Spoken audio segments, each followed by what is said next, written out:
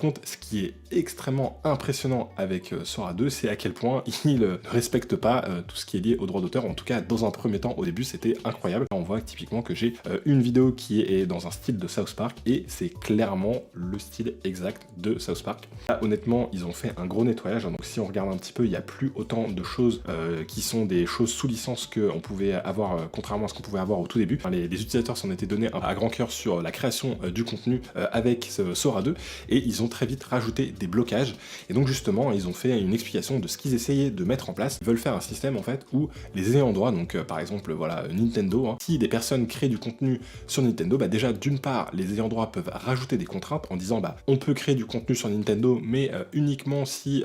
c'est du contenu qui est mignon, qui n'est pas violent et qui respecte toute la liste des conditions qu'il faut respecter avec Nintendo. Et en plus de ça, bah, s'il y a un système de revenus, et ben que les revenus soient directement reversés à Nintendo. Donc en fait on crée du contenu avec Sora, la communauté crée du contenu, on publie, et si derrière il y a un système de publicité, ce qui n'est pas encore le cas pour l'instant, hein, et ben les revenus seraient directement envoyés aux ayants droit, hein, de l'objet, hein, donc par exemple voilà Nintendo pour Pokémon,